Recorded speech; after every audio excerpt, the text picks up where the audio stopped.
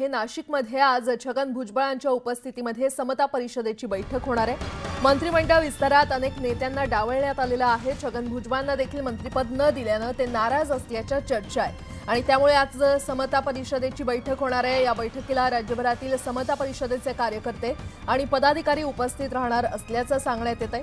या बैठकीनंतर छगन भुजबळ त्यांची भूमिका मांडणार आहेत आणि त्यामुळे छगन भुजबळ नेमका काय निर्णय घेतात याकडे सगळ्यांचं लक्ष लागलंय।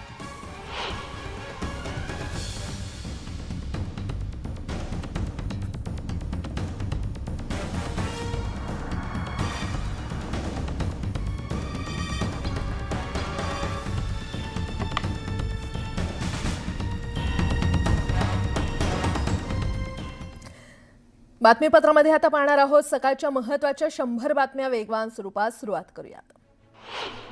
अखेर महायुतीचं खातेवाटप ठरलंय। येत्या 24 तासात खातेवाटपावर अंतिम शिक्कामोर्तब होणार आहे। शिवसेनेची यादी आज रात्रीच मुख्यमंत्र्यांना देण्यात येणार आहे आणि राष्ट्रवादीची यादी उद्या दिल्लीमध्ये जाण्याची शक्यता आहे, अशी माहिती न्यूज 18 लोकमतला सूत्रांनी दिली आहे। खातेवाटपात गृह खाते भाजपकडेच राहणार आहे, तर नगरविकास खाते शिवसेनेकडे राहणार आहे। अजित पवार गटाला अर्थ खाते मिळणार आहे, तर महसूल, सार्वजनिक बांधकाम, पर्यटन, ऊर्जा हे खाते भाजपच्या ताब्यात राहणार असल्याची माहिती न्यूज 18 लोकमतला सूत्रांनी दिली आहे। संजय कुटेंना मंत्रिपद न मिळाल्यानं कुटे नाराज असल्याच्या चर्चा रंगल्या होत्या। यावर कुटेंनी मौन सोडलंय। पक्षानं दिलेल्या भूमिका प्रामाणिकपणे पूर्ण करण्याचा प्रयत्न केला। कूटनीती कधी जमली नाही, त्यामुळे कदाचित प्रवाहात मला बाजूला राहण्याचा प्रसंग आला आहे, अशा शब्दात माजी मंत्री डॉक्टर संजय कुटे यांनी समाज माध्यमांवर भावना व्यक्त केल्या। राज्य विधिमंडळ हिवाळी अधिवेशनाचे पहिले 3 दिवस होत असताना काँग्रेसला अद्यापही गटनेता निवडता आलेला नाहीये आणि या संदर्भात रात्री एक बैठक आयोजित करण्यात आली। यात सर्वांची मतं जाणून घेतली गेली, मात्र हा निर्णय दिल्लीतच होणार असल्याची माहिती आहे।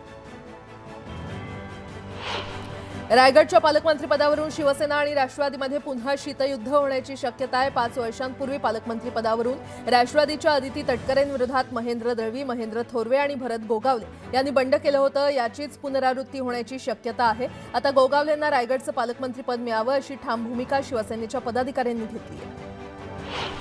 नागपुरात गेल्या 2 दिवसांपासून अधिवेशन सुरू आहे, मात्र दोन्ही दिवशी उपमुख्यमंत्री अजित पवार अधिवेशनाला अनुपस्थित होते। दरम्यान अजितदादा पक्षाच्या कामानिमित्त दिल्लीला गेले असल्याची माहिती सूत्रांनी दिली आहे। उद्धव ठाकरेंनी फडणवीस आणि नार्वेकरांची भेट घेतली आहे, मात्र या भेटीतही विरोधी पक्षनेतेपदाचा प्रस्ताव मांडण्यात आलेला नाहीये आणि त्यामुळे राज्यात विरोधी पक्षनेत्याची जागा रिकामीच राहण्याचा अंदाज आहे। उद्धव ठाकरे यांनी मुख्यमंत्री देवेंद्र फडणवीस यांची भेट घेतली आहे। नागपुरातील अधिवेशनादरम्यान या दोघांची भेट झाली आहे। उद्धव ठाकरेंसोबत आदित्य ठाकरे, अनिल परब, वरुण सरदेसाई उपस्थित होते, मात्र भेटीचं कारण अद्यापही अस्पष्ट आहे। देवेंद्र फडणवीसांची भेट घेतल्यानंतर ठाकरेंनी विधानसभा अध्यक्ष राहुल नार्वेकरांची भेट घेतली। नार्वेकरांसोबत त्यांनी विरोधी पक्षनेते पदाबाबत चर्चा केल्याची माहिती समोर आली आहे। उद्धव ठाकरे आणि नार्वेकरांच्या भेटीदरम्यान शिवसेनेचे शंभूराज देसाई देखील तिथे उपस्थित असल्यानं चर्चांना उधाण आलं। मुख्यमंत्री देवेंद्र फडणवीसांची भेट घेतल्यानंतर आदित्य ठाकरेंनी प्रतिक्रिया दिली आहे। राजकीय अर्थ काढू नका, ही केवळ सदिच्छा भेट होती, असं वक्तव्य आदित्य ठाकरेंनी केलंय। कुणाच्याही भेटीमुळे आम्हाला असुरक्षित वाटण्याचं कारण नाही, असं वक्तव्य उदय सामंत यांनी केलंय। तर एकनाथ शिंदे, देवेंद्र फडणवीस आणि अजित पवारांनी कधीही खालची टीका केली नाही आणि ते फडणवीसांच्या भेटीला आले म्हणजे त्यांना कुठेतरी वाटत असेल की आपण चुकीचं वागलोय, असा टोला देखील उदय सामंत यांनी उद्धव ठाकरेंना लगावलाय। अजित पवार सलग दुसऱ्या दिवशी अधिवेशनात गैरहजर असल्याचं पाहायला मिळालं। भुजबळांसह अन्य नेत्यांच्या गैरहजेरीच्या पार्श्वभूमीवर दादा अनुपस्थित असल्याचं कळतंय। आणि आता एक मोठी बातमी, नागपुरातील विधिमंडळाच्या हिवाळी अधिवेशनाचा आज 3रा दिवस आहे। आजही विविध मुद्द्यांवरून विरोधक आक्रमक होण्याची शक्यता आहे। परभणी आणि बीडच्या मुद्द्यावरून विधानसभेत पुन्हा जोरदार खडाजंगी पाहायला मिळू शकते।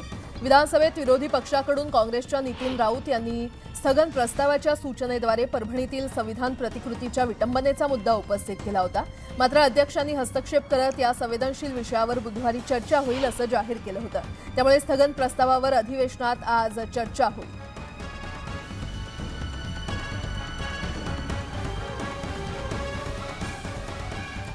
नागपूरमध्ये महाराष्ट्र प्रभारी रमेश चेन्नीथला यांच्या उपस्थितीमध्ये काँग्रेसची बैठक पार पडली आणि विधानसभा निवडणुकीत मिळालेल्या अपयशावर मंथन करण्यासाठी या बैठकीचे आयोजन करण्यात आलं होतं।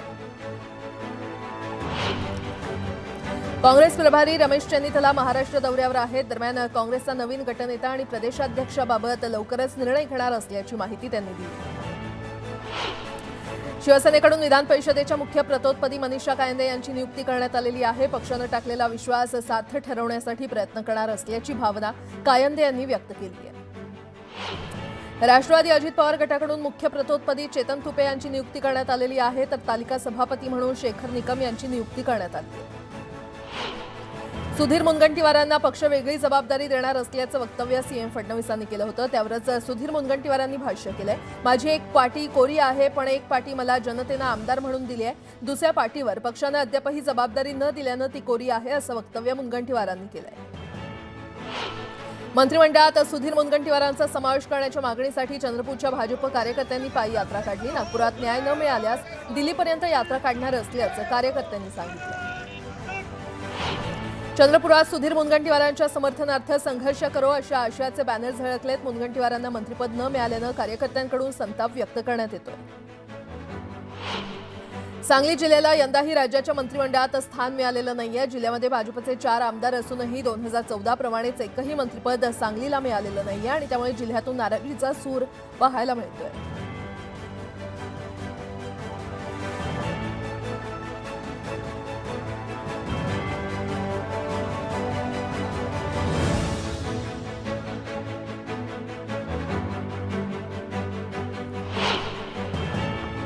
विधानसभा निवडणुकीनंतर सोलापूर जिल्ह्यामध्ये माजी आमदार राम सातपुते यांनी रणजितसिंह मोहिते पाटील यांनी पक्षविरोधी काम केल्याचा ठपका ठेवत आरोप केला होता.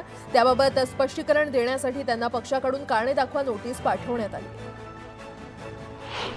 संसदेत हजर राहण्याकरता भाजपकडून सर्व खासदारांना व्हीप बजावण्यात आला होता. दरम्यान वन नेशन वन इलेक्शन विधेयकाच्या चर्चेदरम्यान नितीन गडकरींसह 20 खासदार गैरहजर होते. भाजपकडून अशा खासदारांना नोटीस बजावण्यात आली.